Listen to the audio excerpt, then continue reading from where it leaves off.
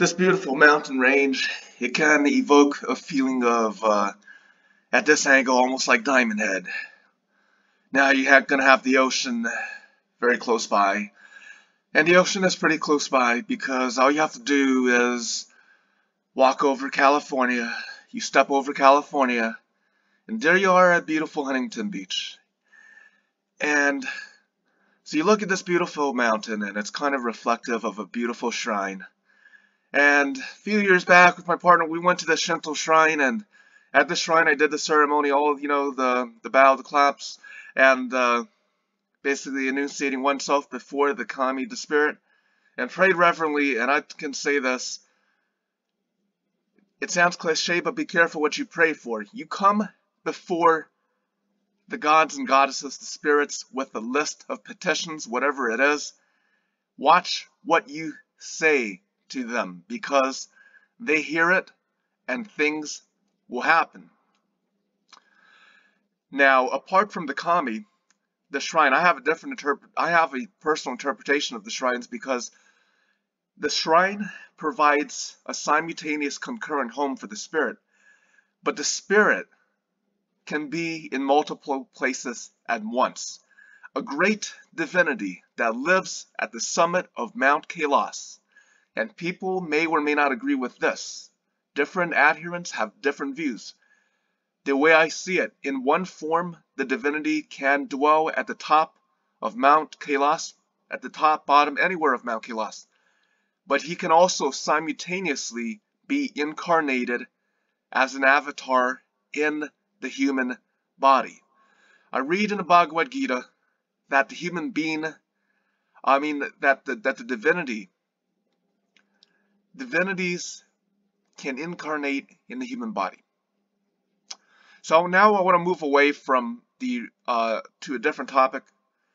My respect for Universal Mother is that she is a sovereign being with a message that is potent and powerful. But back to the shrine concept. I don't like narration. I'm a field dog, and this is where it's like a home. But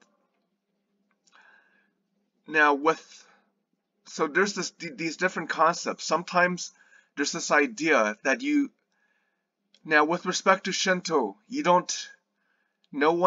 there's no conversion. There's really no scripture.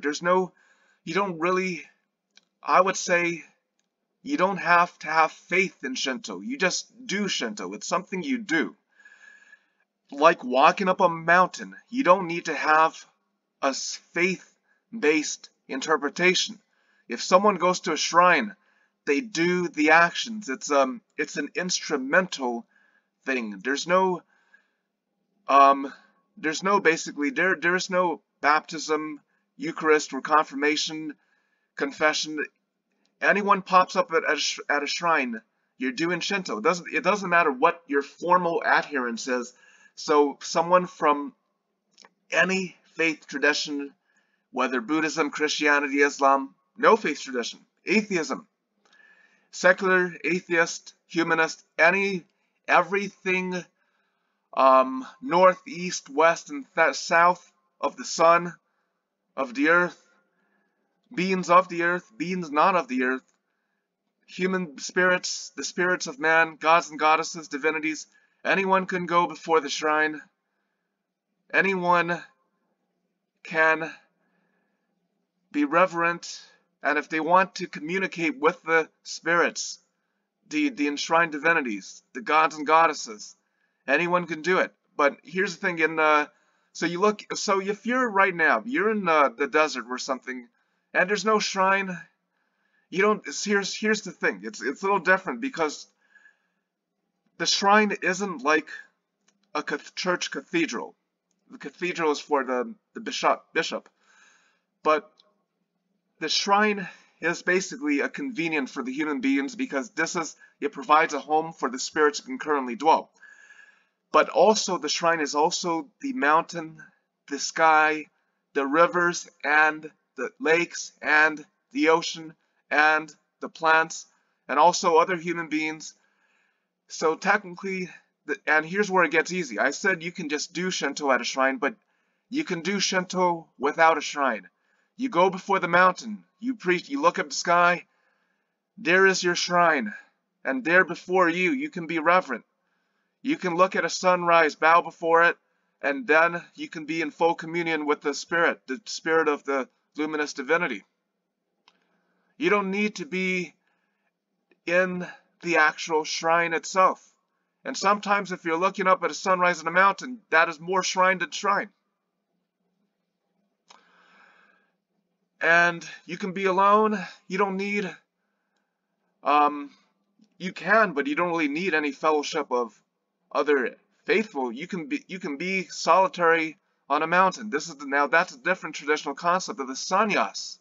The fourth stage of life, a man will leave his wife and his kids, and he will go out and seek the path of liberty, of moksha, and freedom for the liberation of the soul. And now what I want to discuss, I'm going to pivot to more meditations on the message of Universal Mother next. And if people don't like what I'm going to say, they can pick up their mat and leave.